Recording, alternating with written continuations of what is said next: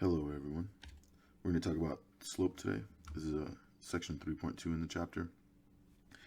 And so, how many of you have ever seen a sign like this? And so, what does the 7% mean in this sign? And we know 7%, right? 7 over 100, right? 7 parts per 100. And so what that 7% means is that there's a 7-foot drop for every 100 feet, okay?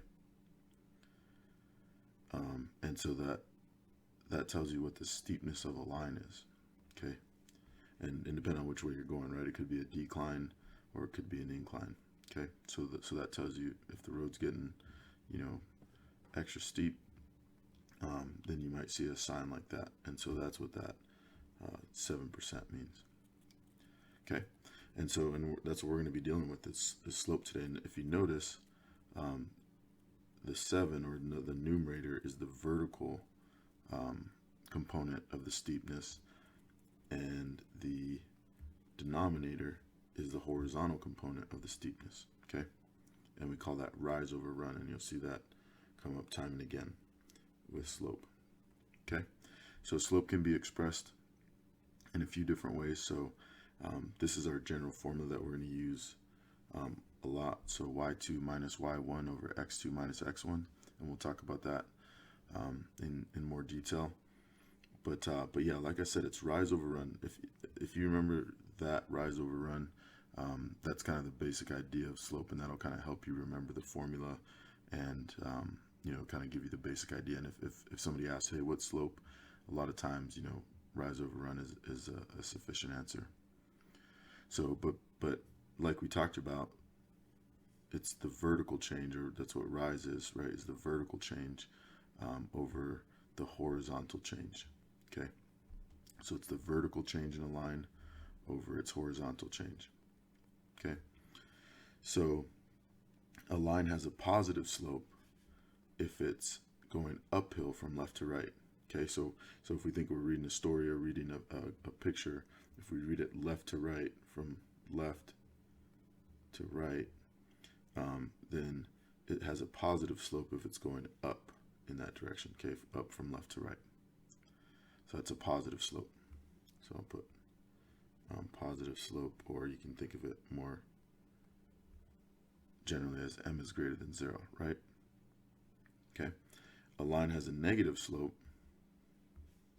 if it's going downhill from left to right. Okay, so if we're reading from left to right and it's going down, that has a negative slope. Okay, so m is less than 0.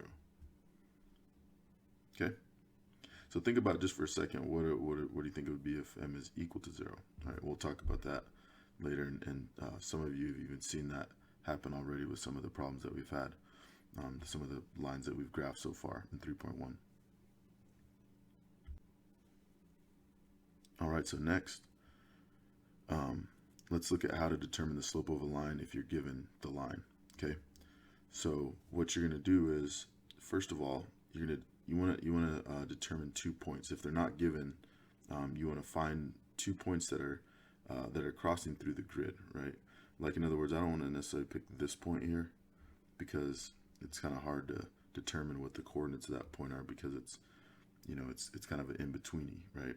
But I could determine the coordinates of this point, right? I can see clearly that that's -4 on the x and -3 on the y, right?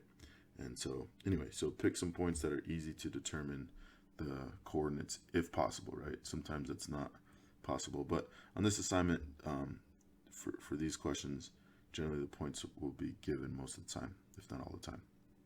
All right, and so once you find those 2 points, then we're going to just find the rise and the run, just like we did, right?